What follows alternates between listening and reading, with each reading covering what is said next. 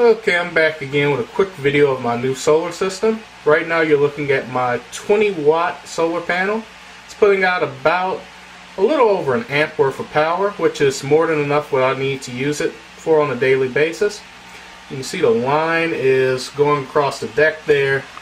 It's coming up this wall, going into a quick disconnect. From the quick disconnect, it is running along my bookshelf and my stereo system down into these little connectors right here. These connectors are just standard connectors that electricians use to make to put two wires together. They're very strong, much stronger than tape. Right here you can see I'm using a Ramsun Sun Shield 8 amp 12 volt charge controller. It's currently charging. Actually the battery is fully charged, so I just have a load on the battery so that I'm not wasting the energy. So you can see I have a standard automotive battery here, and a lot of you guys are probably saying that's not the right type of battery to use, and you're absolutely right. The reason I'm using this battery was because the battery was just going to be recycled because it wouldn't hold a charge. It would only hold around 6 volts, which, you know, this is a 12 volt battery, that won't do. So I started looking up some stuff on how to recondition the battery, and it actually worked for me. I only had to use a desulfator and put some more electrolyte in there, and the battery is holding a very, very good charge right now. It's at 13.14 volts. If I take that fan that you hear in the background off, it will go all the way up to 14.2 volts, and the charge controller will switch to the charge side, which I don't want it to do. So right now it's running a load and maintaining the charge on the battery, which you can see right here. I'll just show you that setup. How I'm reading everything is with my multimeter right here. It's just plugged into the, well, just sort of fitted onto the ends of the battery post right here. On the alligator clips here, you can see that I have the charge controller wires plugged in here, just positive and negative. And then running off of that is this 12 volt DC adapter, which you can see the voltage go up rapidly. As soon as I disconnect that load, it'll go all the way up to 14.2 volts, which I don't want it to do. So plug back in the load, and you can see that it's getting very good sunlight right now. I had to move the panel because it was in this corner in the morning. That's where it gets the best sun, and then towards the afternoon it gets the best sun over there. So that's how it works.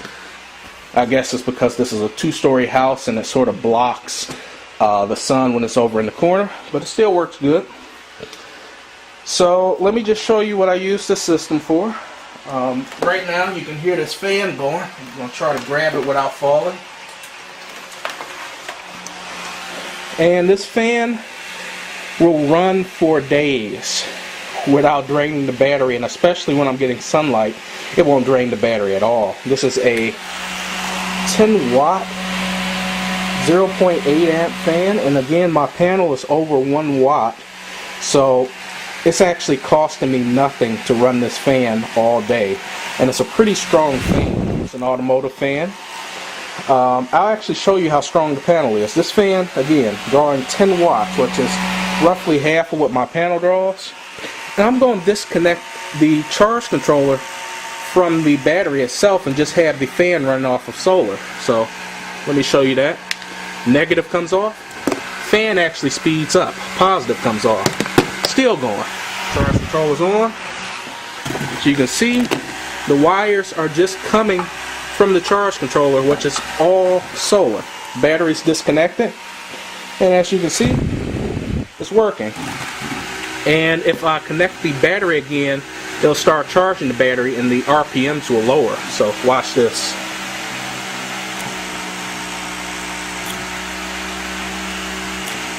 See the RPM slightly decrease when I hook it up to the battery to charge it.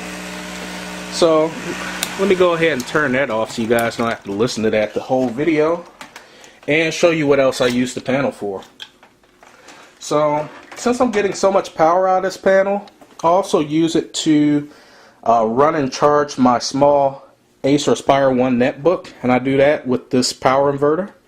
This is a very special power inverter that does not require it to be hooked up to a 12 volt source at all times, because it has its own built-in 12-volt battery. As you can see, it's not plugged in right now. It's currently on, and it will power the AC ports up to 65 watts. When I plug it into the battery or my solar panel, it will actually run up to 80 watts, and then it worked that way. And as you can see, my battery has just fully charged in the few minutes that I've been speaking. That is a very strong panel. I mean, it charged this battery up in just a couple of hours, and the battery this morning was probably at about 12.5 volts, and it fully charged it. It's only like 2 or 3 o'clock in the afternoon right now. So I also use the battery when there's no light on, or when the sun is out. I'm sorry. That sounded silly. When the sun is not out and the battery is fully charged, I use it to run this 12-volt USB connector to run this light for lighting in the room at night. And then I also charge my power packs. You know I like power packs. You can see them right there. Some over here. And I basically just take a DC to DC adapter, 2 male connectors, plug that into the cigarette lighter side, disconnect this battery, and I charge my various different power packs from solar. And again, this solar panel is so strong. It's a 20-watt panel that I can charge these things up in less than a day. I mean, just with the sunlight that's available right now, the thing fully charges my power packs. It also maintains the charge on them, just like it would the battery. It'll automatically turn off if I leave them on there. It's very important that you have a charge controller with a solar system. And then also, if I want more storage, because you can see that battery is fully charged, I can go ahead, which I'm going to do right after I stop this video, is hook up my other battery. This is a deep cycle battery. This is the one you want to use with the system because number one, it has thicker lead plates. It can be deep cycled. Number two, it's AGM, so it's not going to, have the hydrogen gas problem, which can cause an explosion. I can also finish charging my other batteries. I think I have almost 30 amp hours worth of those little spare batteries around the room. And then also my deep cycle battery, which is connected to my deep cycle UPS back here. I don't know if you can see it, but that is a 125 amp hour deep cycle battery. And I'm planning on disconnecting that from the UPS and putting a 20 amp hour battery in there from eBay, and keeping that battery as a storage battery so that I can have extra energy. So I'm actually producing more energy than I need on a daily basis. All of these batteries, except for that one, since it's brand new, are fully charged. My power packs have been charged from solar. My various different batteries. This battery, I don't have anything that's not charged. It's 12 volts. And then again, I can run the fan and the lights just from solar alone. I don't even have to have the battery connected.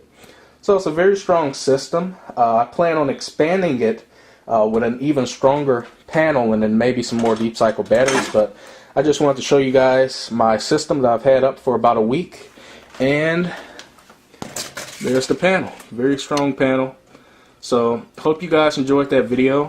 Thanks for watching. Peace.